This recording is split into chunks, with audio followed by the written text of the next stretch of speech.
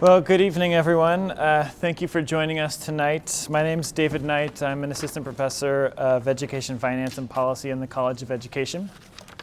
I'm delighted and honored to introduce our guest speaker tonight, Thomas Ahearne. Tom has over 30 years of trial court and appellate experience. His practice focuses on two distinct areas, representing policyholders and claimants against insurance companies, and representing litigants in high-profile constitutional, statutory, and election-related lawsuits. In every year since 2000, he's been included in the Reuters list of super lawyers, a designation given to only 5% of attorneys in each state. He's been recognized on the Best Lawyers of America list for insurance law in every year since 2007. And in 2011, Tom won the Lawyer of the Year award in Seattle for his work on insurance law. And he was also the recipient of the Golden Gavel Award from the Washington Association of School Administrators, given for outstanding contribution to public education. As everyone's aware, in 2007, plaintiffs brought a suit challenging the constitutionality of the K12 education system, and Mr. Ahearne was selected to be lead counsel for that case. Tom agreed to speak to my school finance class, who's here today, and I thought it would be a good idea to open up that invitation to the broader University of Washington community. So thank you, folks outside of my school finance class, for coming. I think we're all very excited to have Tom, so let's give him a welcoming thing here.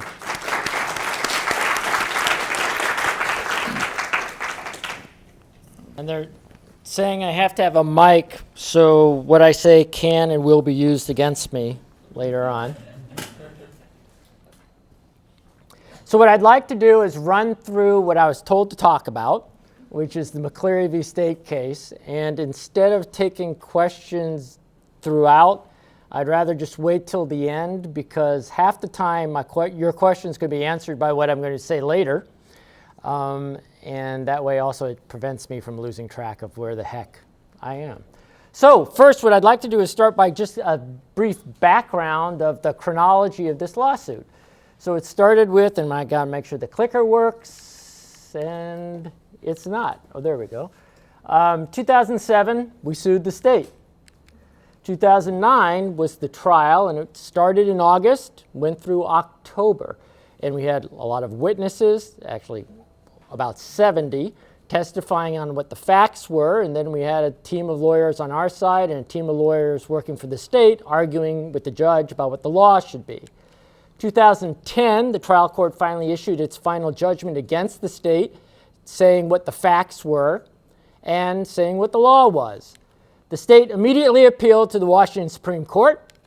2012 was the first Supreme Court decision, and every time I say Supreme Court, it's the Washington State Supreme Court.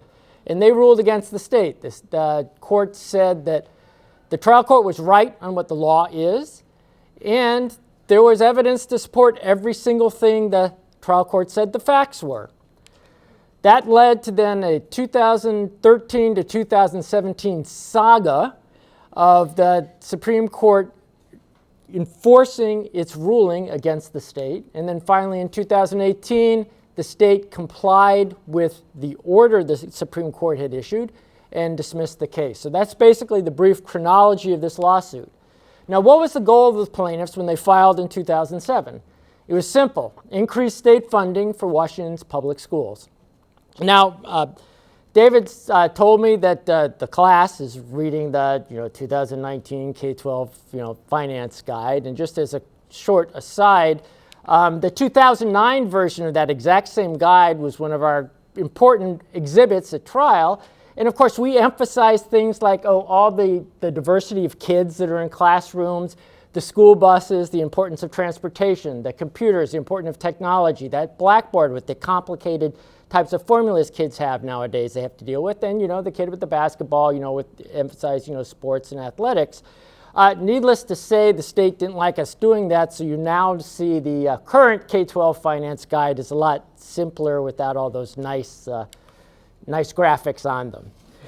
Now, what was the finance situation back in 2007 when we filed the lawsuit? And there are a variety of ways you can count the numbers, but I'll just use the numbers the state gives in this guide, if I get the clicker to work. And so in 2007, when we filed the lawsuit, you see per pupil funding from the state was about $6,000. And you can see from those dotted lines that it was barely keeping up with the rate of inflation. So what was the lawsuit itself? Well, we filed this lawsuit in King County Superior Court, which is the trial court in the Seattle area for King County. And what we filed was called a petition for declaratory judgment enforcing our state constitution. That's what it was. We wanted just the court to rule, this is what the Constitution means, and state you're violating it. So who were the plaintiffs? Well, there were three groups. There was the McCleary family, which was mom, dad, Carter, who was in second grade, and then his sister Kelsey, who was a freshman in high school at that point in time. And they're from Chimacum, which is a small town, small school district out in Jefferson County. Now, one of the reasons, well, there are actually two reasons McCleary was the first one. First, Carter, of all the plaintiffs, he was the youngest. He was in second grade. And then also, just to show that or illustrate that a generation had passed with the school funding not improving, back in 1978, the state Supreme Court issued a decision called the Seattle School District versus State of Washington. And the Supreme Court said, look, the Constitution requires you to be amply funding the schools. State, go ahead and do it. Stephanie McCleary, Kelsey's mom, was a freshman in high school when that decision was entered. We filed suit literally when her daughter was a freshman in high school, emphasizing that an entire generation had passed and all the state had been doing was treading water. The second group was the Venema family. Similar situation, mom, dad, elementary school son, high school daughter, same situation. They're from the Snohomish School District, which is north of Seattle. The third group is Network for Excellence in Washington Schools, which was a consortium. And I am having problems with this clicker. This Network for Excellence in Washington Schools it's a nonprofit corporation that we formed in 2006, right before we filed the lawsuit. Its members are 440 community groups, civil rights organizations, school districts, and education associations like the teachers' unions and things like that. And it's also the owner of the federally registered trade name, the McCleary Coalition. Why did we do that? After we won the McCleary case, the first round, there were a group of people who didn't like the decision and was trying to get the legislature to do different things. They started calling themselves the McCleary Coalition. So we had to go ahead and register the name to prevent them from doing that. The defendant, simply the state of Washington. So that was the lawsuit. Now, to get a declaratory judgment enforcing our Constitution, you have to define, well, what does the Constitution require? And so what is the Washington State Constitution? And it's, we emphasize Article 9, Section 1, which says it's the paramount duty of the state to make ample provision for the education of all children residing within its borders. Now, the state's approach up until that time had always been, well, this paramount duty phrase, well, what it really means, it's just really an aspirational suggestion. And when it says the state, what that really means is the legislative branch. So, pointing headed judges, keep your fingers off of this. Ample provision, well, that means an adequate provision. And education, that's really just the education funding formulas the legislature passes. And so if they can do their math right and actually fund the formula they enact, well, they're complying. And then with respect to all children, the state's position was, well, that really just means most children. I mean, all really can't mean all kids. That was the state's approach. Well, what did the court rule? The court's ruling with respect to duty was, well, duty really does mean duty. It's not just a suggestion, it's a legal duty. And the court said the state must amply provide for the education of all Washington children. It's not an option, they must. With respect to paramount, the Supreme Court said it's not just aspirational, it's instead the state's first and highest priority before any other state programs or operations, meaning the state has to amply fund the schools first before anything else. That's its constitutional duty. That's what paramount duty means. With respect to the state, the Supreme Court said it's not just the legislative branch, it's not just the executive branch, it's all three branches, which includes the judicial branch. So remember, in high school when you learned about separation of powers and all that kind of fun stuff? When our Constitution says the state, it means all three branches, including the courts. Now the state's then fallback was, well, the state really just means government, and so we, the state, should get credit for, the federal money. Well, the Supreme Court said, no, it's not the federal government. The state said, well, we should get credit for all the school district, local levies and stuff. And the Supreme Court said, no, it's not the local school district. It's the state government. So that's how the Supreme Court resolved this state issue. So we then get to ample.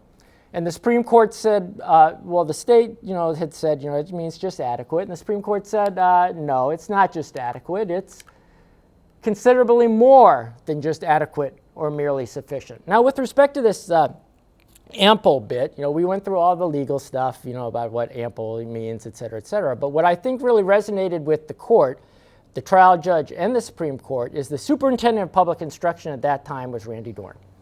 And when he was testifying, the state said, well, now this word ample, that just means adequate, right? And he said, no, it means considerably more than just adequate. And the state attorney general, and it's not the attorney general, it's one of the people in his office, but the lead counsel for it, the state, said, well, where do you get that from?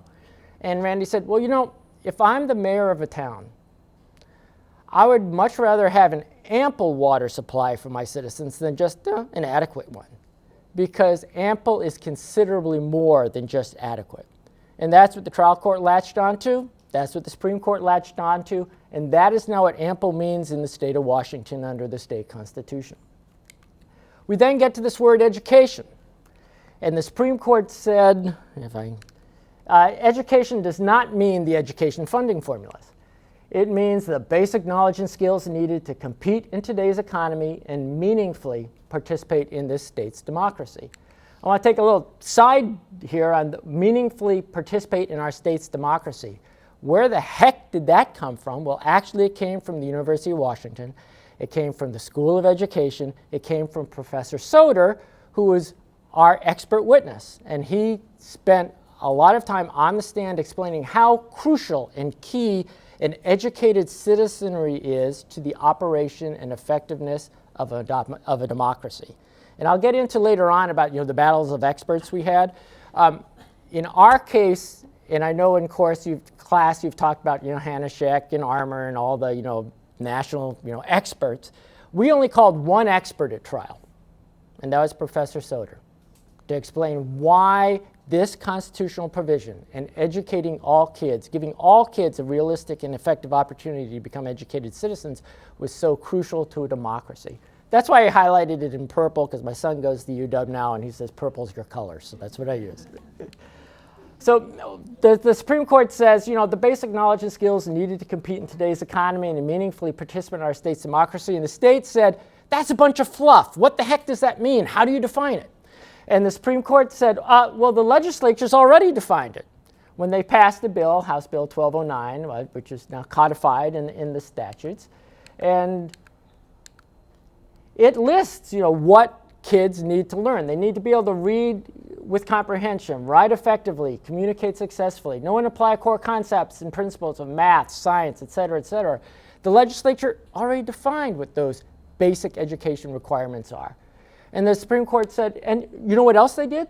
The state further defined basic education in the state's essential academic learning requirements. Now, the state did not adopt optional academic learning suggestions. It adopted essential academic learning requirements and listed off, and the state itself said they specify what all students, not most, all students should know and be able to do at each grade level. And the state had 9 different categories for those essential academic learning requirements. So that's what education means under our Constitution. So then we get to this word, all children. And the Supreme Court said that it's not just the easier or cheaper to teach children. It's not just most children. It's all children. Each and every child, no child is excluded. That's what the Supreme Court said that phrase means. It goes on, the court then went on to say all children means each and every child, since each will be a member of and participant in this state's democracy, society, and economy. Went on to say Article 9, Section 1, that's the section we're talking about, accordingly applies to every child residing in our state, not just those children who enjoy the advantage of being born into one of the state's subsets of our state's children who are more privileged, more politically popular, or more easy to teach. And the court also recognized that there's a civil rights foundation for this. And another part of our case was we had civil rights leaders from like this, James Kelly from the Seattle Urban League and Roberto Maestas from El Centro de la Raza testifying about the civil rights importance of having educated citizenry. And the court said education plays a critical civil rights role in promoting equality in our democracy. Amply provided free public education operates as the great equalizer in our democracy, equipping citizens born into underprivileged segments of our society with the tools they need to compete on a level playing field with citizens born into wealth or privilege. And education is the number one civil right of the 21st century.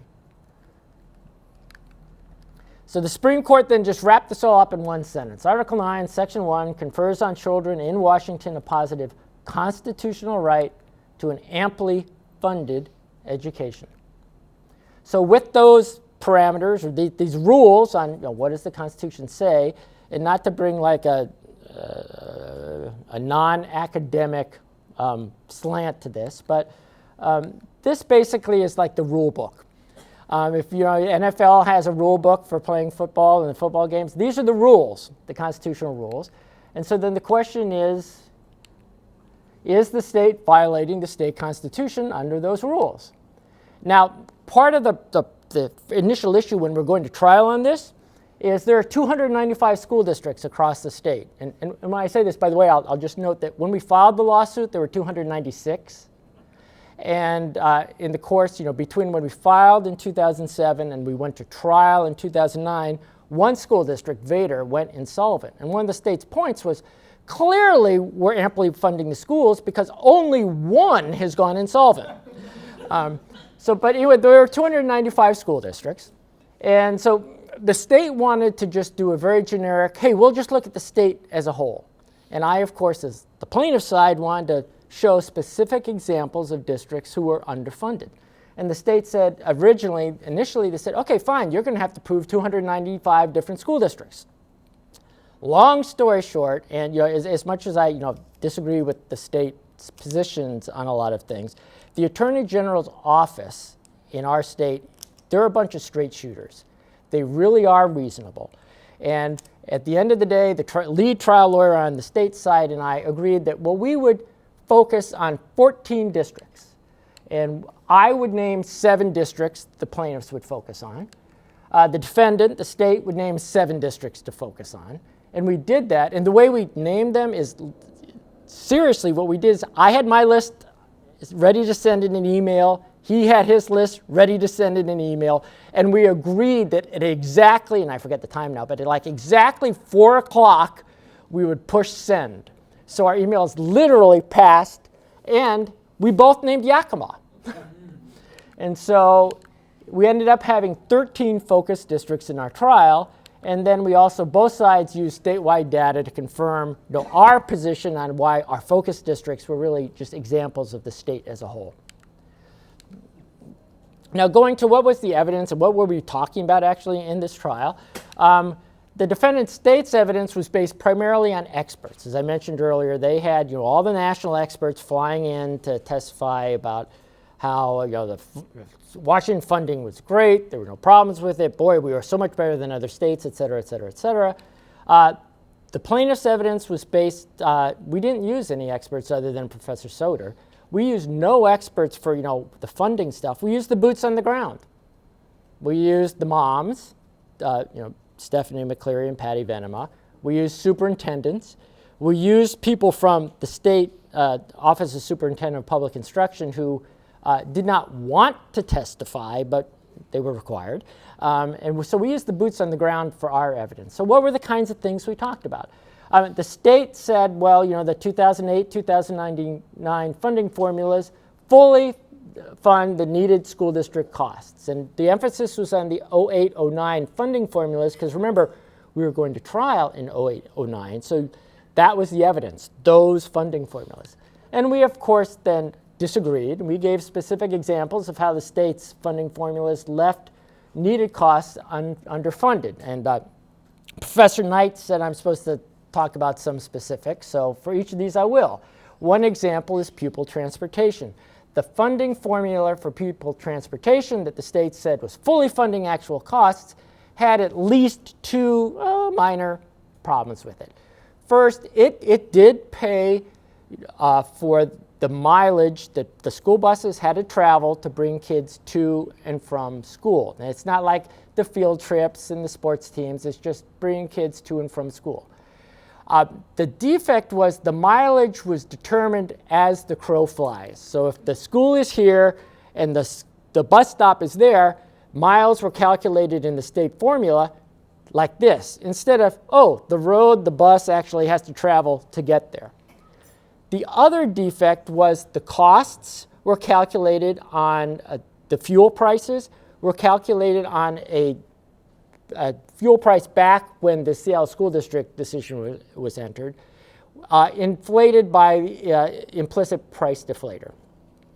And what we pointed out is, well, that's not how fuel prices increase. So we were able to, the state keeps very good track of fuel prices. For the ferry system, diesel fuel. For the motor pool and state patrol, gasoline. And we had the state's own graphs showing that IPD increased about like this, so the state, what they were funding under the transportation formula, while diesel and gas prices were increasing like that. So that's an example of how we showed with specific examples how, well, the funding formulas really weren't funding actual costs. State next, another point they made was that, well, the state funding must be enough since Washington test scores are better than many other states, which is true. We even got the state's finance experts to admit that Washington gets the most bang for the buck out of their education system than most other states. But the state's point was, look, we do so much better, so clearly we're adequately or amply funding schools. And we pointed out that, well, that doesn't change the fact that Washington still leaves many kids behind. One example of this was one of our focus districts was Edmonds School District. And when the Edmonds superintendent is on the stand, the state points out that 87% of your 10th graders meet state standards for English comprehension. That is way above state average. I mean, isn't that a success? How could you be saying you're underfunded when you have this success? And Nick Brossett, who was the superintendent at that time, he said, well, that's not how I look at it. If I take 100 kids on a field trip and I bring only 87 back, I don't call that success. It was points like that which we were then using to counter the experts, the national experts. Next, another point the state was making is statistics show that giving public schools more money doesn't make them better. This is the hand you shake and money doesn't matter. And we pointed out specific examples of where money has mattered. So for example, in Yakima, Ben Soria, who was the Yakima superintendent, one of the reasons the state chose Yakima is their ELL program, English Language Learners, has great success. And so the state chose Yakima because you're claiming you're underfunded, but look at the great success you have with all your English language learners. And Ben explained that, well, actually we do have a lot of success, and the money we got for that is not state money. That was a grant we got, and that's what's funding our ELL program, not the state.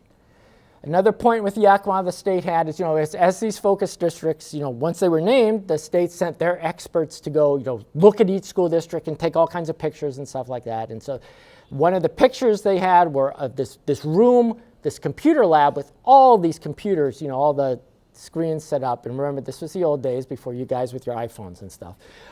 So it's got the big, TV, computer monitor and stuff like that. And the state's point was, look, see, doesn't this show that you're claiming you're underfunded, but you've got all this technology? And, and Ben, Superintendent Soria said, well, that's interesting, but, we can't use those computers. First, those were donated by local businesses.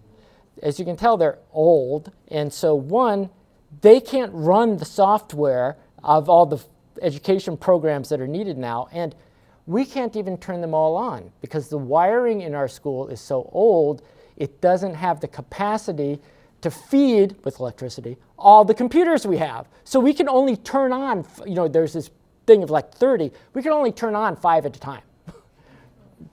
Those are instances of where, more money does matter. Another point, state's point argument was school districts waste their money on non-academic extracurriculars like sports and music and art. And plaintiff's response was they're not really extracurriculars, they're co-curriculars because they're the magnet that keep at-risk kids actually in school. One example was Colville superintendent, which actually Colville was named by the state. And the state named Colville as a focus district because they had, given their lousy economic status and their lousy funding, they had great graduation rates compared to other comparable school districts. And Kenny Eyman, who was the superintendent back then of Colville, he on this point with the Colville team and these extracurriculars, and this was sort of staged, but when he was on the stand and being given grief about the football team they had and the money they spent on that, he had a picture of the senior class, the seniors on the football team. And it being a very small school district, he knew all the kids. And he was able to go through kid by kid by kid, saying, this is Bobby Jones. He would not have stayed in school if it weren't for the camaraderie, and the team that he enjoyed playing on. And you know what he's doing now? He's now the manager of the local pizza joint here in Colville. And he went through person by person by person on why these these things that are non-academic fluff to academics, are the magnet that keep a lot of at-risk kids in school. Then the last big point the state had is school districts waste their money on this non-academic, on non-academic courses and equipment. And we pointed out that, well, a lot of these courses are actually, they teach the unmotivated students the academic content while keeping them in school. And Kenny Eyman was another example of this. As I mentioned before, the state's experts went to all the school districts and took these pictures. And one picture they took was this picture of this shop with a lot of really nice equipment, metal tuning and crafting equipment in it. And the state was saying, well, what is this for? And Kenny Eyman said, well, this is the class we have for teaching kids to build hunting knives. And the state said, well, what does that have to do with academics? And Ken candidly said, well, I have this course because I tricked the kids. They take this course, and I teach them math because they have to do all the calculations to figure out how are they going to take the metal that we give them, how are they going to craft it into the hunting knives, et cetera, et cetera. I teach them business skills because they have to market this and sell them because, I also teach them some basic accounting because I charge them rent for use of the machines, the electricity they use, et cetera, et cetera, et cetera. So I'm teaching these kids things that they would never pay attention to in class. Just an interesting side point on that, after Kenny finishes testifying and the judge, and the way this trial worked is instead of being a jury trial, the judge sat as the jury as well. So he writes down the facts that he finds. And when you have a case like this, in a jury trial, the judge has to sit silent. It's just the plaintiff attorney and the defense attorney asking questions and the witnesses talk. In a bench trial, that's what it's called, the judge is the jury. The judge asks questions when everybody's done. And so when we're done with this thing with the hunting knife class, Judge Ehrlich says, Superintendent Eyman, do you really build hunting knives in your school? And Kenny goes, yes. And Judge Ehrlich says, how do you get, and Colville is in northeast Washington, out what folks in Seattle would call the sticks. And the judge says, well, how do you get around the prohibition against weapons on school grounds? And without skipping a beat, Ken Eyman goes, Your Honor, on my side of the mountains, hunting knives are tools, not weapons. So that was giving a little flavor of the evidence that both sides presented with respect to is the state violating the Constitution, and focusing on the 08-09 funding formulas, because that's what we're having the trial about. The Supreme Court said that the state has not complied with its Article 9, Section 1 duty to make ample provision for the education of all children in Washington. So given the rules of the game, the court said yes, the state is violating the Constitution, and the court ordered the state to stop its constitutional violation. Well, specifically what the trial court ordered the state to do is determine the dollar cost of compliance and then determine how the state was going to actually fund that cost. And on appeal, what the state said is, no, that order's unnecessary because the state's already working on new funding formulas that are going to fully comply with the Constitution. And so actually, the part of the case I lost is the Supreme Court bought it. The Supreme Court said, okay, we are going to nullify the trial court's order saying determine the cost and determine how you're going to pay for it. It upheld the paramount, ample, all, and all that kind of stuff, and it upheld the fact the state was not complying. But the Supreme Court said is, well, we will see what these new funding formulas. We'll let you do the funding formulas.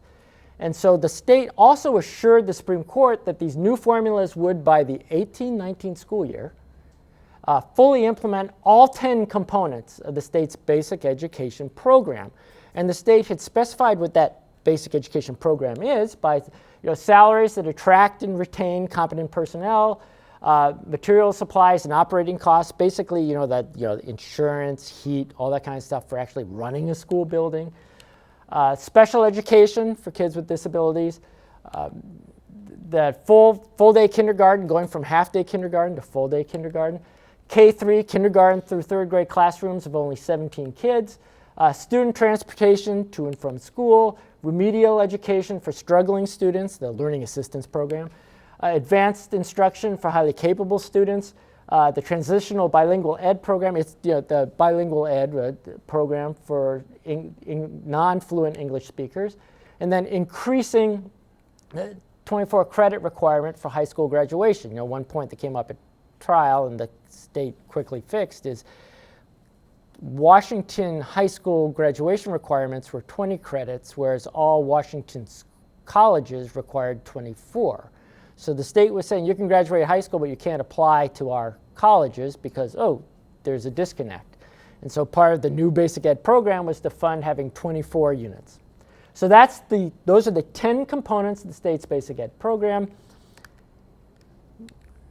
And what the Supreme Court did is they focused on two things. First, they focused on this fully implement all 10. And so what does fully implement mean? And the Supreme Court marked the end zone for constitutional compliance and what that's going to mean. Again, going to my lame football analogy. And what the Supreme Court said is the state has failed to meet its duty under Article 9, Section 1 by consistently providing school districts with a level of resources that falls short of the actual cost of basic education. It repeated it again, actual cost to pay its teachers, get kids to school, keep the lights on, etc. And it gave an example. To fully implement the K3 component, the 17-kid classrooms, the state needs to account for the actual cost to schools of providing all-day kindergarten and smaller K3 classes. Now, it's not giving the school districts a blank check to just pay whatever the cost is they pay, but the state has to account for what it actually costs. It can't just make up numbers. It's got to account for what it would actually cost. The Supreme Court then focused on this 18-19 school year. The Supreme Court then set a time clock for when the Supreme Court had to the state had to actually do what it said it was going to do. Again, my lame analogy, setting the time clock for when this game was going to be over. And the Supreme Court repeatedly reiterated that 2018 is a firm deadline. the state had to comply no later than September 1, 2018. And September 1 is, it's the 18-19 school year. School year starts generally September 1, so that was the date. And that the state has until September 1, 2018 to fully implement its program. So that was the deadline. So having set the time clock for the state's new funding formulas, the Supreme Court retained jurisdiction to ensure the state was actually going to do it. And the judiciary will retain jurisdiction over the case to help ensure progress the state's plan to fully implement education reforms, that's those new formulas, by 2018. Now this retention of jurisdiction thing, I'll take another little, since for some reason UW doesn't have clocks in their classrooms, I don't know what time it is, but okay, I have time. Okay, I can't see it from where I am, but okay. Oh, so you try to keep the professors in the dark. Very clever. So a little side note, remember I mentioned that earlier Seattle School District decision. In that decision, the trial court had said, hey, state, you're violating the Constitution, fix it, and I, the trial judge, are going to retain jurisdiction, which simply means I'm not letting go of the case, I'm holding on to it, and state, you're going to have to prove to me that you've actually complied with my order. And what the state Supreme Court did back in that Seattle School District case is they reversed the trial judge's retaining jurisdiction because the Supreme Court said, look, we assume that when we tell elected officials to obey a court order, they're going to do it. And so under the theory that, hogs get fat, or pigs get fat, but hogs get slaughtered, I didn't ask for the court to retain jurisdiction in our case. Our assumption all along had been, we will get a court ruling on what paramount, ample, all, et cetera mean. We'll get a ruling that state's violating that. Get a ruling that the state has to comply. We assumed the state would not comply and we'd have to file a second lawsuit.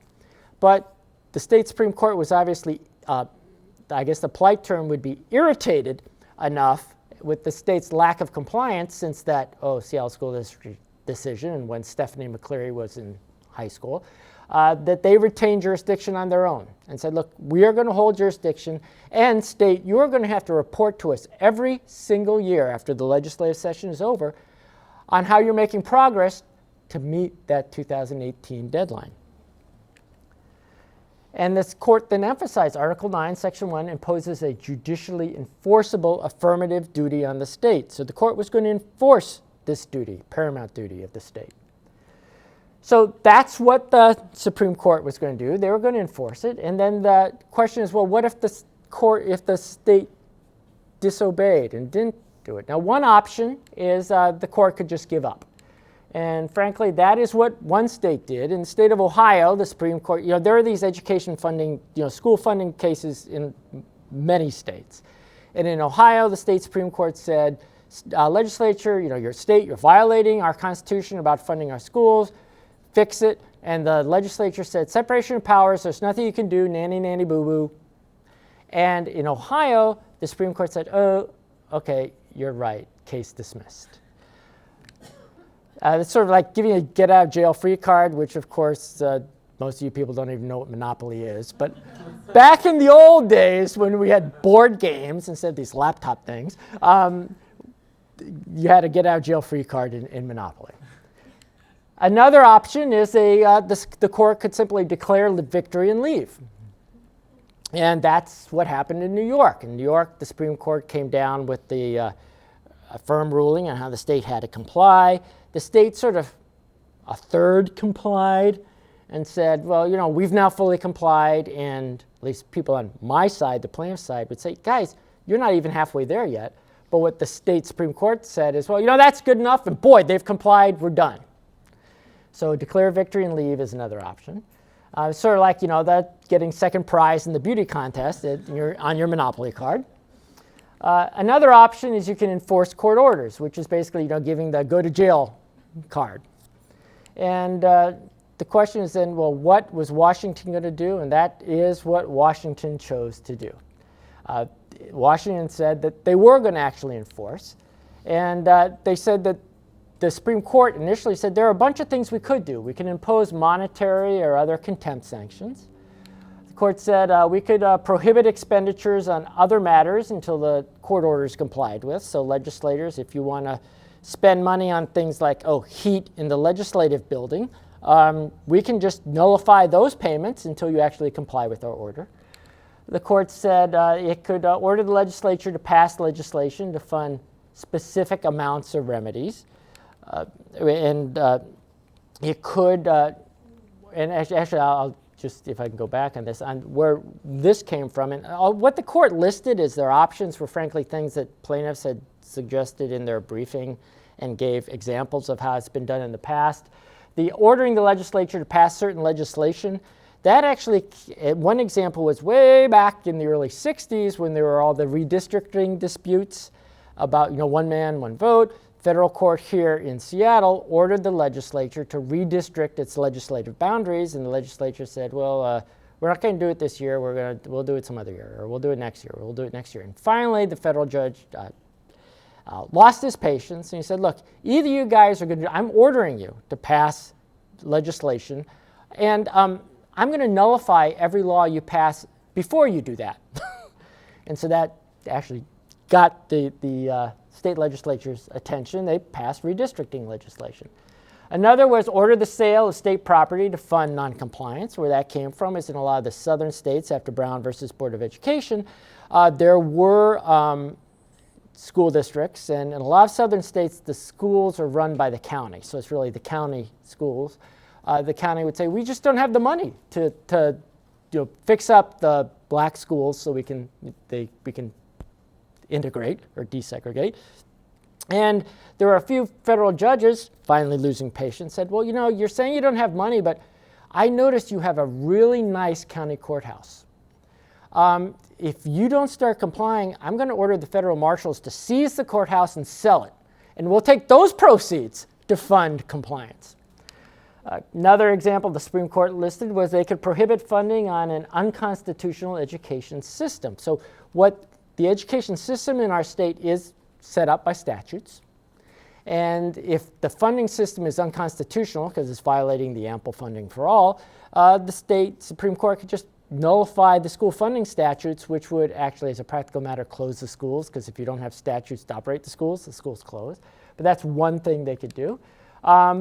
They could also invalidate education funding cuts in the budget. One thing that happened is, as the economy tanked in 2008, our lawsuit, was, in 2009. The trial judgment was in February 2010. The state started cutting education funding because, their budget was shrinking. And so what the Supreme Court said they can do is that we can just invalidate all those cuts. That's another thing we could do as an enforcement penalty. And finally, the court said, or we can order any other appropriate relief, which, is really vague. And I sort of read as, when I was a kid, there were me and my 4 younger siblings, we'd all be piled in the back seat and making a lot of noise and stuff. And, Mom would, when we were getting off hand, she'd take the rearview mirror and point it down and go, don't make me come back there. Now, we knew that she couldn't really come back there, but just the threat of Mom maybe doing that was enough to actually make us behave. So personally, I read that as any other appropriate relief is, saying to the legislature, don't make me come back there. So, but what the court focused on was the one in the darker yellow, imposed monetary or other contempt sanctions. So with respect to contempt, it's important to remember what's the purpose of a contempt sanction. And that's to force the defendant's decision makers to choose to comply with the court order by making compliance a better choice than non-compliance. So for example, when the deadbeat dad refuses to pay court-ordered child support and the judge says, I am going to put you in jail until you comply with my order, the dad has the keys to his own jail cell. All he has to do is comply with the court order. What the contempt sanction is doing is making non-compliance, sitting in jail, less fun than actually complying. So that's the purpose of a contempt sanction, make complying a better choice. So with respect to contempt, one potential contempt sanction that we talked about in the briefing was the court could give the legislature 2 choices. Choose to comply with the court's order to fully fund the new formulas by September 1. And remember, that was the order. The court's order was, state, you've told us these new formulas are going to solve everything. they weren't ruling on whether the new formulas were going to solve everything, because remember, the evidence all dealt with the old formulas. But the court said, you've got to fully fund your new formulas. So either do that, or choose to have the state's unconstitutionally funded school statutes suspended or struck down on September 1. That's the legislature's choice. That's one contempt sanction the court could have done. And that's actually what, that's what the Supreme Court in 3 other states did. For example, in New Jersey, the court issued a ruling against the state saying you're not complying with the funding provisions, and these were for the low wealth districts, or the poor school districts. State, you're not complying with your funding obligations. Do it. And the legislature said, well, again, you guys are never going to enforce this. And what the New Jersey Supreme Court did is said, well, if you don't comply by the start of the school year, we're going to invalidate all the school statutes, which is going to shut down the schools. And the legislature said, well, you're never going to do that. Now, in New Jersey, the school year runs the same as the fiscal year. So it runs from July 1 to June 30. July 1 came, and the Supreme Court invalidated all the school district statutes, which meant the schools shut down, which meant summer school kids got time off, and the legislature reconvened, and to raise the money, they adopted an income tax. And so that's why New Jersey now has an income tax, was to comply with the court's order and, reopen the schools.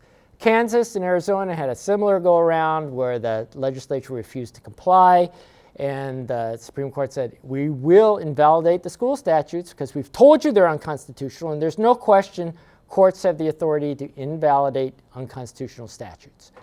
And in those 2 cases, the first round in Kansas and then the round in Arizona, the legislature complied. Another potential contempt sanction is to give the legislature 2 choices of either complying with the court's order, or choose to have all tax exemption statutes passed by the legislature suspended or struck down on September 1. Now, we worded it very carefully. Tax exemption statutes passed by the legislature, because there's one tax exemption statute that if you strike it down would hurt especially lower income people, and that's the tax exemption on our sales tax on food. But that was passed by an initiative of the people. So that wasn't passed by the legislature. So suspending tax exemptions passed by the legislature was still a big ticket. And in fact, Washington gives out more tax exemptions than second most of any state. Boeing being one of the examples. The exemption or the carve-outs that are given to Microsoft, another example. Number 1's New York, but we're number 2. And so with respect to what were the McCleary case penalties the court actually imposed, and were first penalty, they held the state in contempt, which is basically slapping them on the state on the wrist, saying, guys, you're not making steady progress to meet that 2018 deadline, so come on, get with it, do it. And the legislature didn't. So the next was a financial penalty of $100,000 a day, which is a big number to normal people. To the state, that's chump change on a multi-billion-dollar budget, but that was the next step. And then finally, when we came to 2017, the legislature had funded the funding formulas for everything but salaries. And what the legislature's report in 2017 said, spring of 2017, told the Supreme Court, hey, we've fully funded our new formulas for everything but salaries, but that's a big lift. That's $1 billion more. We promise, we're going to do it by 2019. And the Supreme Court said, no, you guys, when we said 18, we really meant 18. And so the third penalty order was to threaten stronger sanctions if that September 2018 deadline isn't met. And that brought to light then all those other things the Supreme Court had mentioned. And of course, state officials complained. And they, from reading the newspapers, you may remember that, saying things like, state official argues the Supreme Court has usurped the powers of the state legislature with its decree, or state officials say we cannot levy taxes to pay for what the Supreme Court's ruling would require, or elected officials say they will not approve school budget that complies with the Supreme Court's ruling, and there's no quick end in sight. remember I said there's a civil rights foundation to a lot of this? Actually, those quotes, although similar to what you would have read in the Seattle Times and things like that, the first one was actually the Georgia Attorney General's response to Brown versus Board of Education. Second one was the Georgia legislator's response to Brown versus Board of Education. Next were the school board in Aiken, South Carolina's response to Brown versus Board of Education. And this no quick end in sight complaint was the banner headline in the Biloxi, Mississippi Herald. So that, but things do come around. So going back, talking about coming around, going back to where I started, what was the goal of our lawsuit? Increase state funding for Washington public schools. Well, we started in, when we filed the suit at about $6,000 per kid in state funding. The state's eventual response, by the time they complied, the 2018 legislature did add that extra $1 billion for salaries. So the state was fully funding its new formulas, and that almost doubled money, or the state funding for education. So what's this, the new, and this is all under the new post-McCleary state funding formulas. And the state's position was, all this extra money, that is funding every single component, all 10 of those components. And the state's position was, we calculated, we did studies, and we figured out that, for example, with the salaries that are needed to attract and retain competent personnel, we know exactly how much that is, and that's our funding formula. Same thing for materials and supplies, et cetera. Same thing for all 10 components. We figured out the exact dollar number, and that's what we're funding, and that's what our funding formulas are. Which then takes us to the real world. In the real world, the salaries that districts actually have to pay to attract and retain competent personnel is actually larger. The same thing in the real world for the supplies and materials they have to pay for. Same thing for actually all of them. Now, when we pointed that out, pointing out the shortcomings of the state's new funding formulas, the state responded, well, the courthouse door will be open to plaintiffs if they want to claim the new formulas aren't amply funding the costs of each of these various components. And I can understand where the state was coming from. Because if I were the state, I would argue, and I'm carefully wording this so it doesn't sound like I'm agreeing with them, but if I were the state, I would say, look, Supreme Court, you don't listen to witnesses, you don't take evidence, you don't hold trials. All you do is look at what was the evidence in the trial court. And our new formulas weren't in the trial court in that 2009 trial. And so, if these whiny plaintiffs want to complain about our new funding formulas, which doubled state funding, aren't enough, they should have evidence about the new funding formulas. And so that's what the state response to us was. And the Supreme Court said, fine, we will let experience be the judge of whether the new funding regime complies with Article 9, Section 1. So with respect to Washington school funding future, and I see my kids grimacing at my football pictures, experience will be the judge, and that's where we're going to be. And I've now finished, and I'm told that I'm supposed to be answering questions and following up on things. And I obviously skipped over a lot of things like how the state did do the funding and equity and things like that. So if you guys have questions, please ask.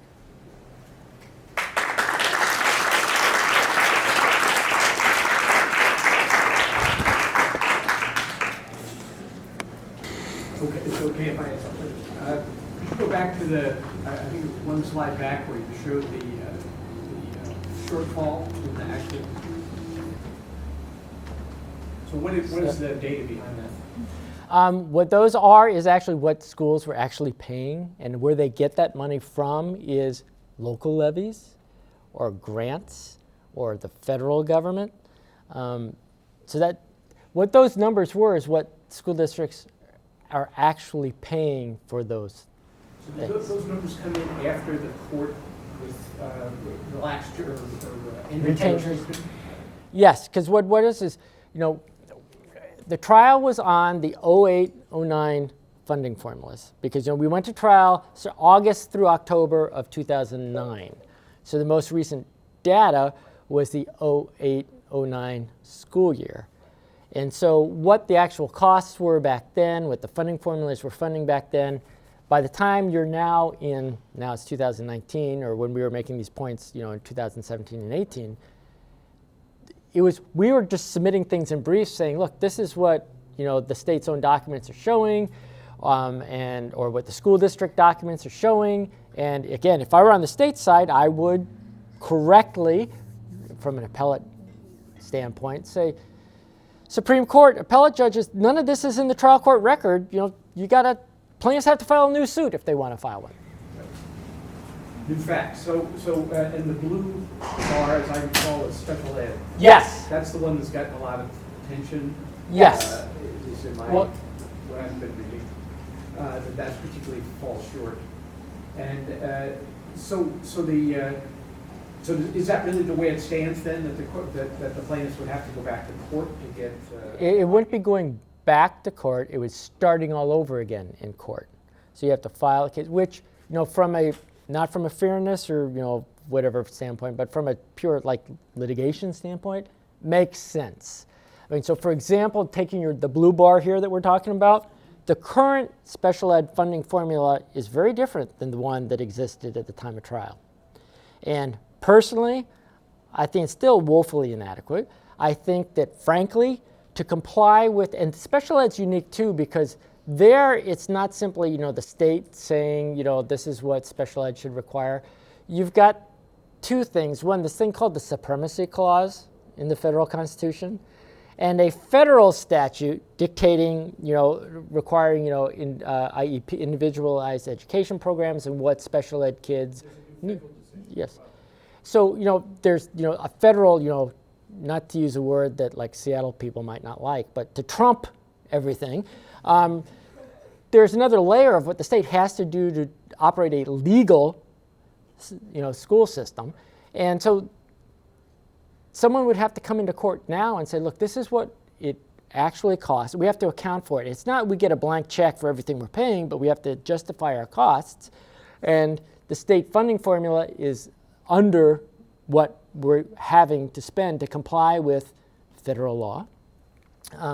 But as school, one of my frustrations with school districts is they sometimes they're their own worst enemy in that they do the best they can with the resources they have, and taking a little money here, a little money there, mixing things around just to make sure the fewest number of kids are harmed as possible.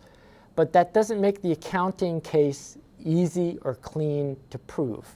And if I'm the state, although beyond a reasonable doubt is not the legal technical standard, as a practical matter, my personal view is if you're going to convince a judge to order the legislative branch to write a check when the legislature controls the purse strings, you're going to have to prove not just it's more likely than not you're right, you're going to pretty much have to leave no doubt. And when things are gray and messy, if I'm the state, I love it.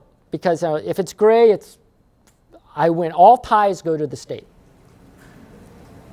So I sort of rambled on, but that's because it comes back to that separation of powers thing, right? That if it's close, if it's gray, as you say, the legislature, the default is sort of the legislature's supposed to do it. Right. And so, for example, why when we were complaining about how, look, if you look at the state's own documents that support some of those bigger numbers, or the school district's own filings that support those bigger numbers, the Supreme Court's response, which from a judicial perspective makes sense, was the legislative branch has represented to us through the Attorney General that they have studied this carefully, and their evidence-based studies confirm that these numbers are amply funding the needed costs.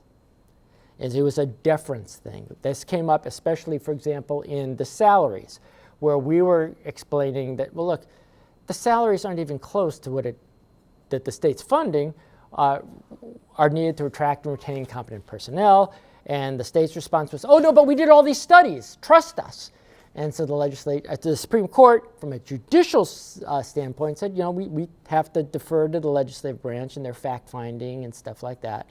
Now, frankly, cutting to the chase, there are easy ways to prove things, but no school district's going to do it. So, for example, I have suggested to some school districts, tongue-in-cheek, because they would never do it, is they should just fire all their teachers.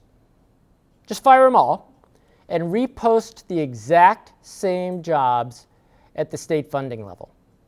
They're not going to be able to fill their slots. State funding is not going to attract and retain the competent personnel. They can do that for special ed teachers. They can do that for all staff people. They can do that for administrators.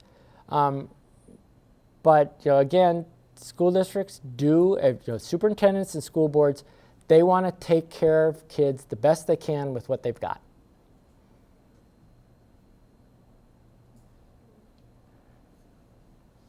Hugh, who, by the way, this is Professor Spitzer from the University of Washington Law School, who used to be at my firm. And the way I got into all this constitutional stuff is back when I was a kid, and I made the mistake of coming into work on a Saturday. And Hugh came in, and this was the first Tim Eyman initiative thing. It was 695, the car tabs thing. And Hugh comes in and goes, "Oh, good, you're a litigator here. We need to file a lawsuit on Monday. Start working on this." And that's how I got started on this whole constitutional stuff. But anyway, so Hugh, Professor Spitzer. So for research I've been doing, having to do with enforcement of this doggone thing, where it took them year after year after year with the legislature dragging its feet. I asked one member of the Supreme Court, why didn't you guys get tough? For instance, order the tax exemption. He said, well, the plaintiffs never asked us to. They never asked us to take those tough measures. Is that true? Well, actually, we did not, again, on my perhaps mistaken theory of pigs get fat and hogs get slaughtered, I did not want to ask for a sanction that maybe the court would grant, maybe it wouldn't. But if the court said no, I've lost my interim threat of legislature, if you don't do it by 2018, these are the things they could do. If the Supreme Court's already taken off the table, we aren't going to do that.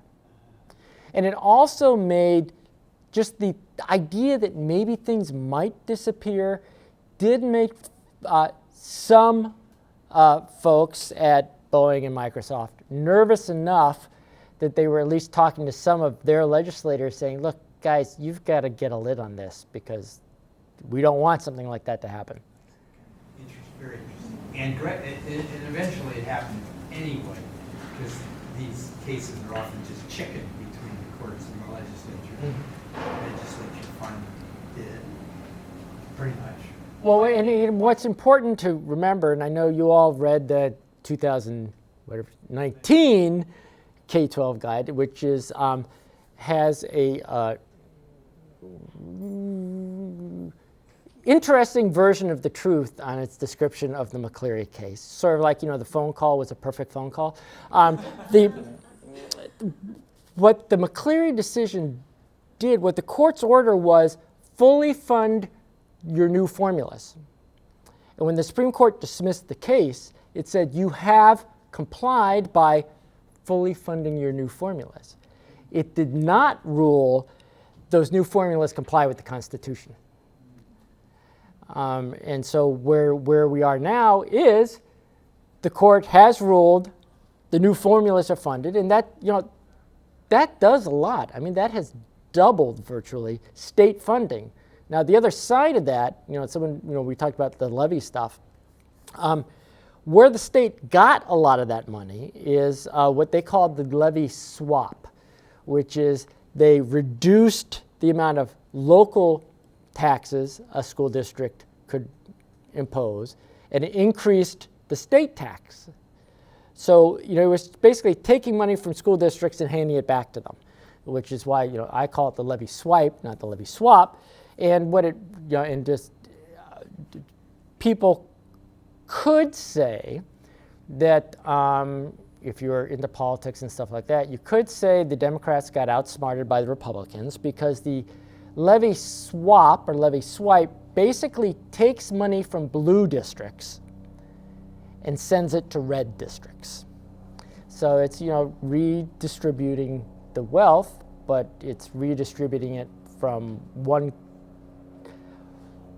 type of district to another that's not based on need. So that raises a follow-up to what I was saying before, which is, and I guess the question is, to what extent does the state's obligation include how it authorizes local funding or caps local funding? And so some of this total of the costs that are paid by districts are legitimately paid by districts in some sense, right? That the state and districts share, local districts share funding in the schools. As a practical matter, they share funding in the schools. As a constitutional matter, every school district should be able to amply provide an education to every single kid with state dollars alone, period. I'll point out, I looked at Senator John Braun's website about a month ago, and he's the Senate Minority Leader, and he was one of the foot draggers. Yeah. Intelligent, thoughtful foot dragger, but he sure was. And his website says, look at all the new money we're using to fund schools, and by the way, it doesn't raise your taxes in Centralia and Chehalis. It raises somebody else's. We did a great job. Those suckers in Seattle, yeah. That's right. I think it's cool. Good, it's no dummy. Tom, you Yeah. repeat the questions out loud to the mic. Oh. After you get a question. What if I don't like the question? Do I still have to That repeat gives you it? the opportunity to change the question. Yes. What do you think is the most compelling case going forward that can be made, given how crazy the regionalization factor is, the inadequacy of the special ed funding, the whole levy swipe, I like that.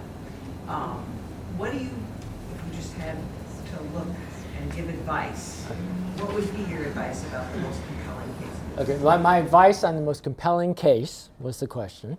My personal view is, the McCleary case worked because we had, we had two good poster child families in the lead. And then we had everybody who had a dog in the fight, school districts, unions, civil rights groups, et cetera, all under the umbrella of one organization. And what I know from, the plaintiff attorneys in the school funding world, because there are these lawsuits all over the country, we all get together once a year to collaborate. And I know that one big problem, and one of the attorneys that used to be in my office was lead in one of the California cases. One of the big problems is injury by friendly fire. If you've got a whole bunch of people in the suit, they're all saying their own little spin, their own little agenda, and it's, again, making things gray. And once things get gray, the state wins. So one of the reasons McCleary worked is we got everybody under one umbrella, so we all spoke with one voice. Now, that didn't mean we didn't have very energetic disagreements in private, but we did in the court speak with one voice. I don't see that happening again, primarily because, remember I mentioned this $1 billion for salaries that was added by the 2018 legislature. Employees, teachers union, et cetera, said, look, that $1 billion is for the salary formula, that's ours. School districts were saying, well, no, actually, we're underfunded all over the place, and you get a lot of it, but not all of it. And the contract renegotiations, because all contracts reopened, were not friendly. And so trying to get school districts, labor and management in the same tent in the near future, I don't think as a practical matter is going to work. So then what would be my thought on what's the most productive thing to do is, one, not do the whole enchilada. Not do absolutely everything, because I don't think we can get everyone together singing on the same page like we did before. My thought my thinking is pick off one of these elements, any one of these elements or these components of the basic ed. So for example, pick off special ed and fight only about that. Then what would be, from my perspective, from a litigation standpoint, the most compelling is choose 3 relatively small school districts whose CFOs, whose financial officers actually run a tight ship, where you don't have examples of waste or fluff or things like that, and show where this funding formula is not working. They're oversimplified. The funding formula basically pays a certain amount for a special ed kid. It then has a cap on how many special ed kids you can have. So if you had 3 districts who had more special ed kids than the cap, now what the state's excuse was, if you watch the TVW, oral arguments every year when we go through this, Justice Gonzalez was, asking a lot of questions about, well, what about special ed, special ed, special ed? And the state's response was, well, we have a safety net. So if any school district isn't getting enough money, they can apply for the safety net, and that will cover them. Well, again, we didn't have evidence in the trial court record about that because it didn't exist at that, that the particular type of safety net didn't exist. But those 3 school districts, they would have to have applied for the safety net and been denied. And a lot of them are denied because the legislature doesn't fund enough money to fund everyone's needs under the safety net. So my advice would be pick off special ed, have 3 good districts, and another important part of that would be the other districts agreeing to stand down. Because a small suit, you can force that through the trial court relatively quickly, Supreme Court relatively quickly. It's not going to be another 10-year saga. But if other districts don't stand down, you've got, and I'm not picking on school districts, but if there's, for example, if a school district in Spokane County files a case on special ed, and a school district in Snohomish County, and one in King County, and one in Pierce County, and one in Clark County, you're going to have all these different districts, and even if they actually have good, really solid cases, they're not going to say it the same way. And they'll all get consolidated to the Supreme Court, and if I'm the state, I sit there and go, well, look, I, the state, am being consistent about how we're doing everything right, and this district's saying something slightly different than that district, and oh, the judge here found this, but the judge found that. It's gray. I, the state, win. So that's, pick off 3 districts, and ideally it would be just from so it's not open to the accusation that it's just the Puget Sound Seattle liberals. Have one from Western Washington, one from Central Washington, one from Eastern Washington, and push that through and pick them off, component by component. But I don't know if that's going to happen. Thank you very much, Hugh. Sorry. Yes. Relating back to the question of Professor about enforcement, I'm just curious about oversight and enforcement. Just about the 10 essential academic learning requirements. I'm just curious about the classroom sizes, the K-3, limiting it to 17. Is there any oversight? Well, okay. Well, but that component of, for example, class sizes of 17 kids. That is the basic ed program adopted by the state says all class sizes are going to be 17 kids, and our funding formula funds it. That's what they have said. Now, in the real world, it doesn't fund it because one, salaries are higher, et cetera. But 2, if you're, and actually the full-day kindergarten is a better example of the point I'm going to make. If you're going from half-day kindergarten to full-day kindergarten, you have to have twice as many classrooms. Because right now, if I've got 34 kids in kindergarten and they're half day, I only need 1 classroom, 17 in the morning, 17 in the afternoon. If it's full day, I need another classroom. A lot of school districts don't have, a lot of school buildings don't have that extra classroom.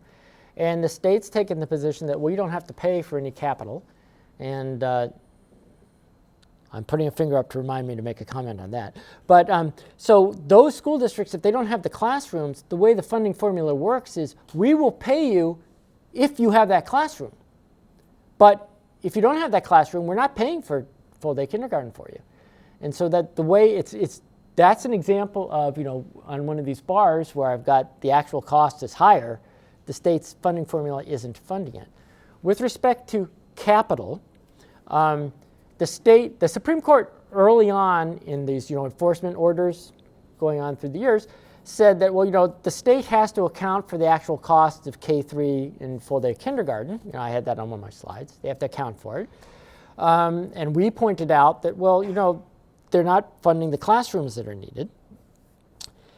The state said, capital is something totally separate, different constitutional provision, et cetera, et cetera, et cetera.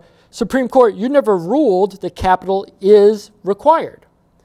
The truth is the Supreme Court never did rule capital is required, because whether it was required or not was never an issue raised in the case. And the Supreme Court did say, we've never ruled that it's required. It didn't say, we've ruled it's not required. The Supreme Court said, we've never ruled it is required. That's another question for another day. And that's another place where, if someone were to take the component of, full-day kindergarten and K3 class sizes, ideally, it would be, in my perspective, 3 districts that are facing that constraint, and just put it squarely before the court. And the court's either going to say, thumbs up or thumbs down, but if you keep it simple and small, it's not going to be a 10-year saga like McCleary was. That sort of answer your question? Yes? How did these 10 components be focused by the state court? Okay, that's what, going back to that word education in the Constitution, and what is, providing, the basic knowledge and skills needed, blah, blah, blah, blah, blah, blah. That Seattle School District ruling back in '78 said one of the state's obligations is to design a basic education program that will deliver basic education.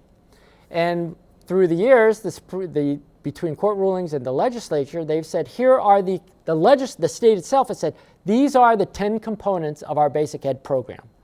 So, for example, special education is one of our components to deliver that basic education to kids.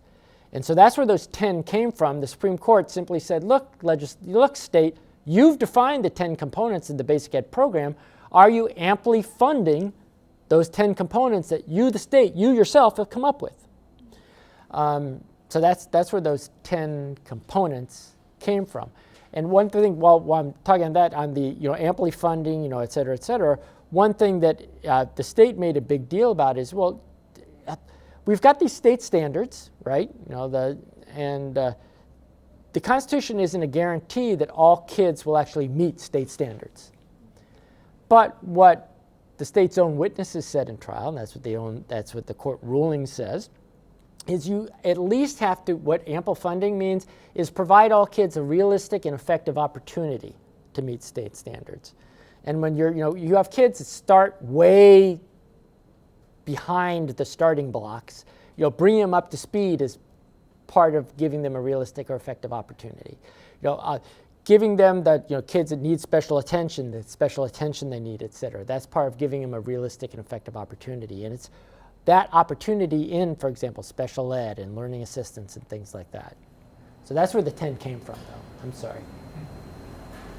I was just wondering, actually, building a little bit of that answer, if you have thoughts about the potential for equity cases moving forward. I'm thinking about the rest of the Title I, the rest of that title of the Constitution, the preamble, how it actually has a non-discrimination statement. Okay, a couple things. One, you called it the preamble because in the RCW version printed of the Constitution, it says that word preamble.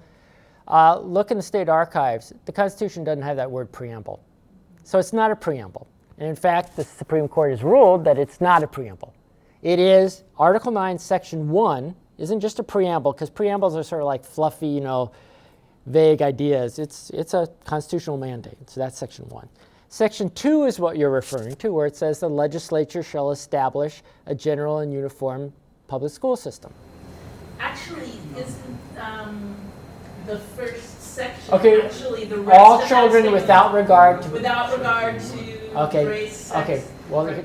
when we get to the equity bit that you're bringing, yeah, and as you know, I know your class has talked about, there are two general types of lawsuits. There are equity lawsuits and adequacy lawsuits. And ours is not an adequacy lawsuit, it's an ampleness lawsuit. But it's generally, it's an adequacy lawsuit. The equity lawsuits tend to go on constitutional provisions like what is Article 9, Section 2, which is the legislature shall establish a general and uniform system of public schools. Real briefly, and then I'll get to your question there. We never mentioned Article 9, Section 2. Never. And the reason is, one, it says the legislature shall do something, and I didn't want to get anywhere close to this separation of powers argument where the state could say, look, the Constitution expressly gives this to the legislature, not the legislative or judicial branch, so judges, keep your pointy-headed robes out of this. The other thing is what that provision says, it has to be a general and uniform system. I can comply with that easily. If I fund every school district at $1 per kid, that's a uniform system. So now the equity provision in our Constitution, which is at Section 2, we stayed away from. Your point about how it says all children without regard to race, gender, blah, blah, blah, blah, we did not get anywhere near that because we didn't want to be going down the rabbit trail of, well, disparate impact cases and all those kinds of complications when it's as simple as all means all. It means every single kid. And if we're going to get into disparate impact of, oh, well, you're underfunding blacks more than you're underfunding whites, that's not amply funding all. I mean, our position, at least the McCleary plaintiff's position, was all means all, and ample means ample. And if you amply fund the education of all kids, you don't have to, getting into equity, you can get, if you want pure equity, you can get equity by underfunding every single kid, 10% or 20% or 30%. But could it come into play once you're starting to take certain areas? It could come into play, and my concern as a litigator would be is you're going to get into gray areas which it's easier for the state to win, especially when at the end of the day you're asking the Supreme Court to order the legislature, which holds the purse strings, to do something they don't want to do with the purse strings that they undeniably hold. And if there's any grayness or doubt, as a litigator, I would say, that's not a bet I want to take.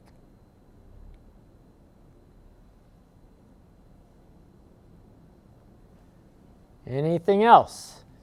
I see Professor Soder grimacing at what I'm saying. I see you grimacing at some of the things I'm saying. I wonder if... Oh, I'm sorry. Yes? I just have a question back on these 10 elements, and this might be like a legal strategy more so than anything, but especially with the McCleary Coalition, was there any challenges or conversations about them wanting to expand that? Because it seemed like the state dictated this conversation of these 10 elements, as opposed to introducing something else that they thought would actually define basic education. We did not, and it was a strategy point, because one, it's much easier when you're trying to litigate a very complicated case, if you get the other side to admit something that gives you most of what you want, instead of fighting about how, well, I should actually get more, so they can then say, well, actually you should get even less, we just stuck with the 10 that they had. With respect to arguments about expanding things, one thing which doesn't deal with the 10 components, but it's all children is in the Constitution. There is language from some cases dealing with actually incarcerated youth, where the Supreme Court said children means kindergarten through 12th grade. And so there was a member of our coalition, one in particular, a member of our coalition that was saying, look, in today's world, pre-K is needed, especially for certain types of groups. And in today's world, 2 years of post-high school is really needed. So we should include in our suit expanding the definition of children to pre-K through 14. And we, from a litigation standpoint, said, look, if we get what we're asking for, we've moved the ball a lot. If we're now going to be saying, and again, under that pigs get fat, hogs get slaughtered, we didn't want to ask for too much. And so that's an example of where, for litigation reasons or strategy reasons, we didn't want to be over eager on what we were asking for. We tried to be realistic. Yes? When you see like the court at the end of the day said like experience will tell, right? What does that really what kind of specific criteria the court can assess if the new funding formula can meet the constitutional duty? Are there just to compare the current state funding versus the cost of the school? Are there specific criteria? Okay, Okay, the question is, what kind of criteria would the court actually use with this experience will be the judge stuff? What it would boil down to, and for example, I'll just pick on special ed here. What the state said is our new funding formula for special ed does amply fund the cost of providing special ed to all special ed kids. What we said is no, it's less than that. And what the court said is, well, we will let experience be the judge. The state says it's ample. Plaintiffs, the McCleary folks, say it's not. If someone wants to file a lawsuit saying it's not, you have to file the lawsuit. And that plaintiff or the plaintiff group would have to show that the amount of money that's being generated by the special ed funding formula for, for example, these 3 school districts does not amply fund the actual cost of providing that education. Now, those school districts would have to show that they're not wasting money or giving money away and stuff.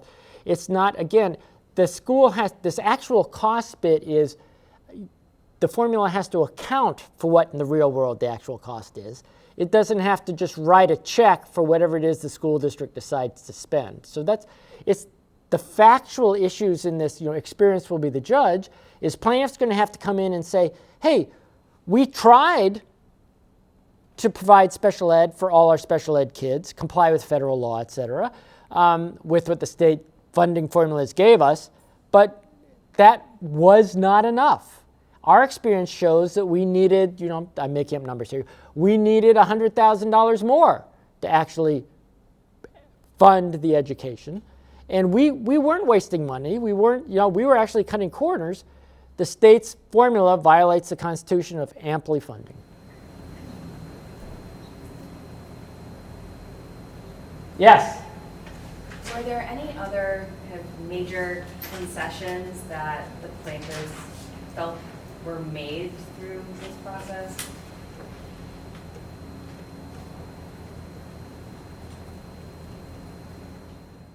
I'm sure the answer to the question you asked is yes.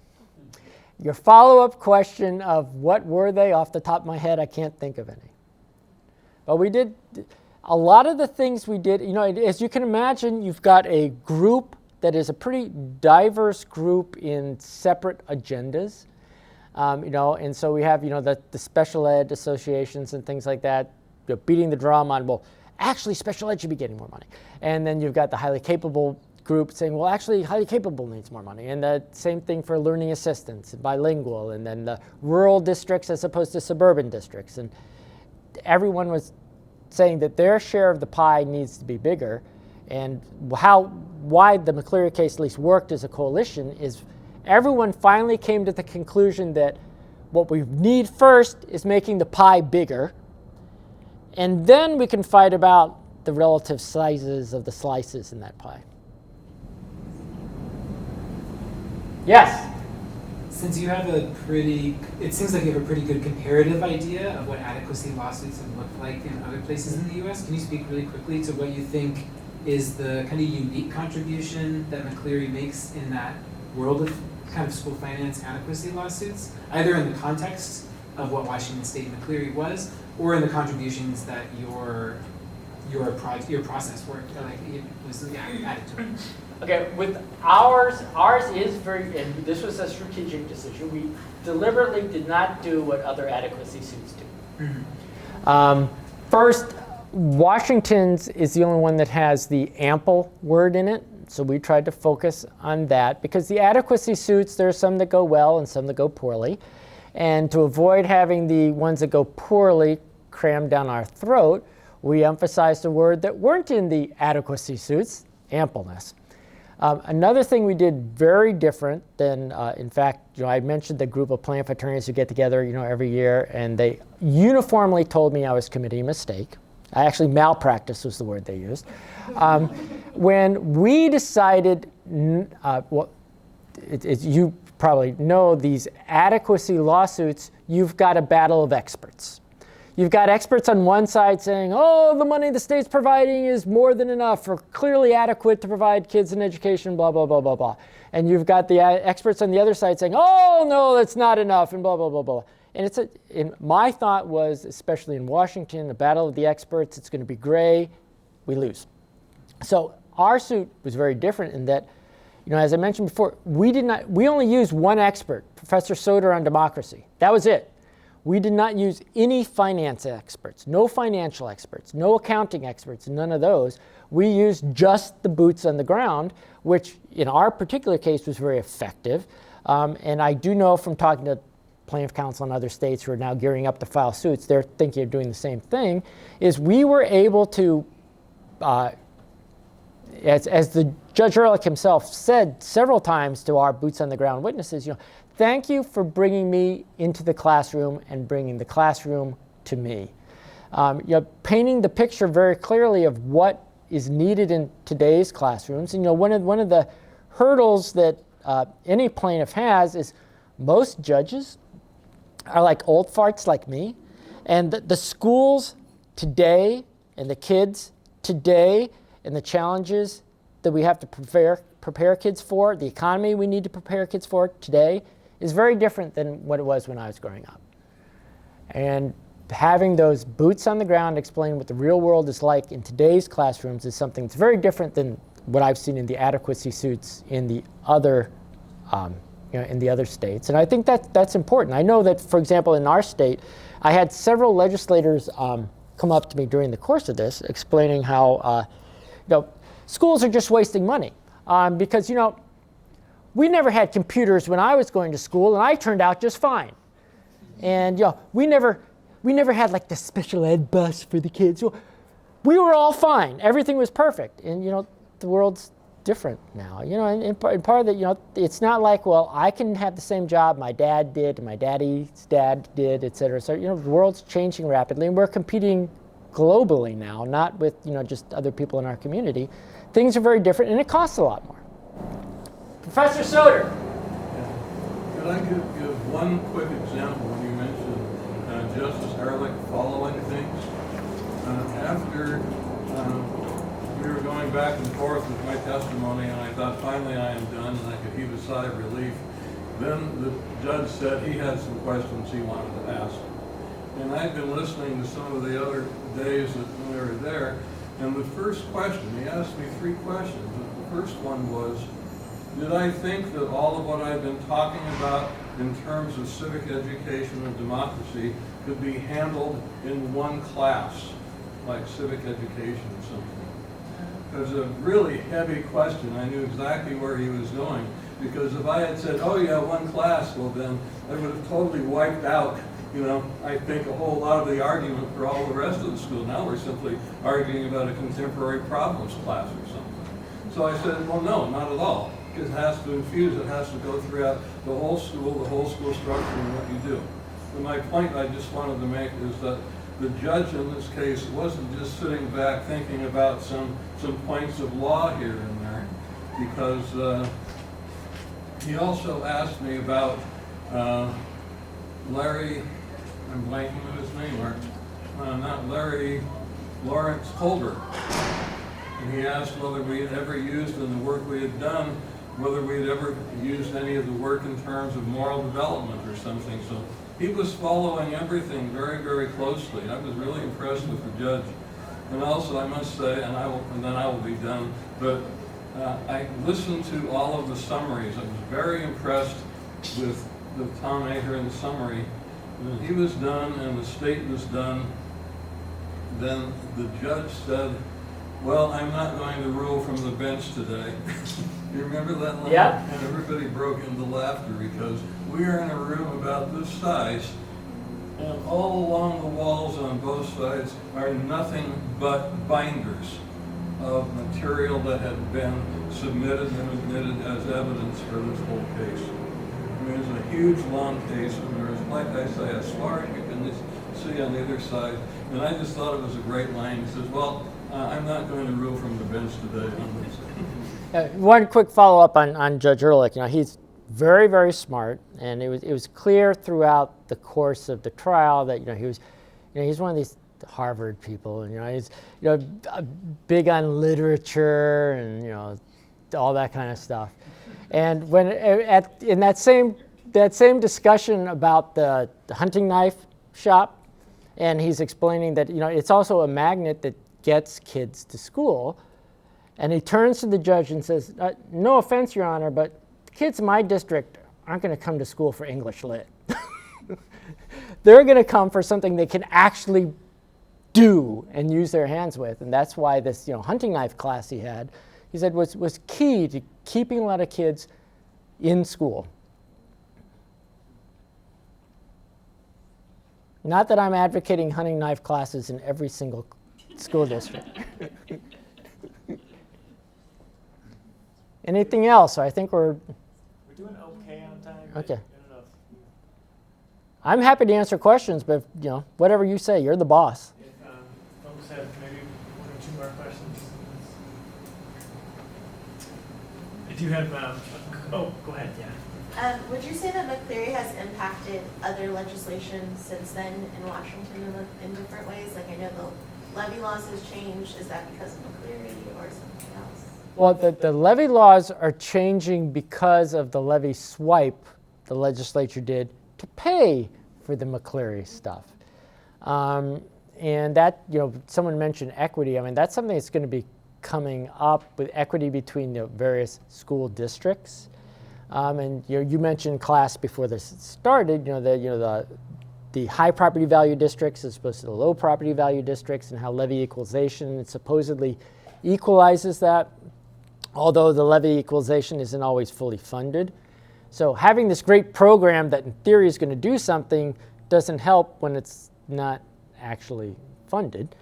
But there are going to be battles about levies, and one thing the legislature did, which they think is smart and might have been, is part of the whole levy reform is the legislature's taken the position that our funding formulas now amply fund all basic ed.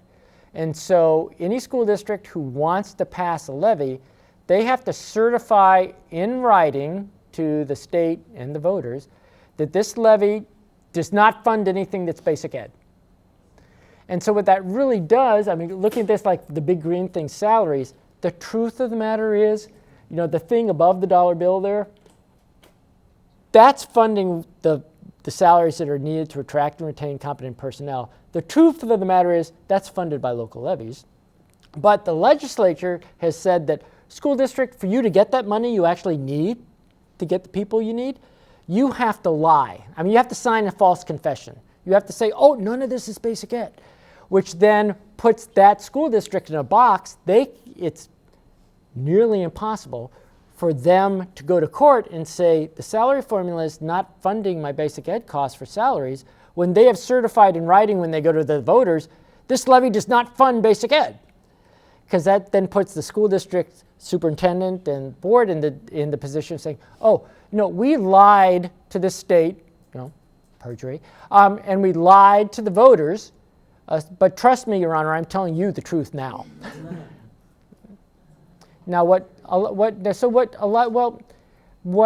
districts that my firm represents are doing is when they are complying with that requirement by saying our levy funds basic ed programs that are not funded by the state, which is true. The salaries is a component of basic ed, and the levy, the stuff above the dollar bill, is funding what's not funded by the state. But they're just real quickly, these voting, when you have a ballot proposition, the county prosecutor has to approve what's going to go on the ballot. And depending on the politics of the prosecutor, some prosecutors will not allow that statement to be the statement on the ballot. They will not accept a school district levy resolution unless it says the false confession language. Now, some of them, frankly, King County prosecutor originally took that position until it was explained to them what that meant, and then they, said, "Oh no, well, just say it's not funding what the state's funding." So.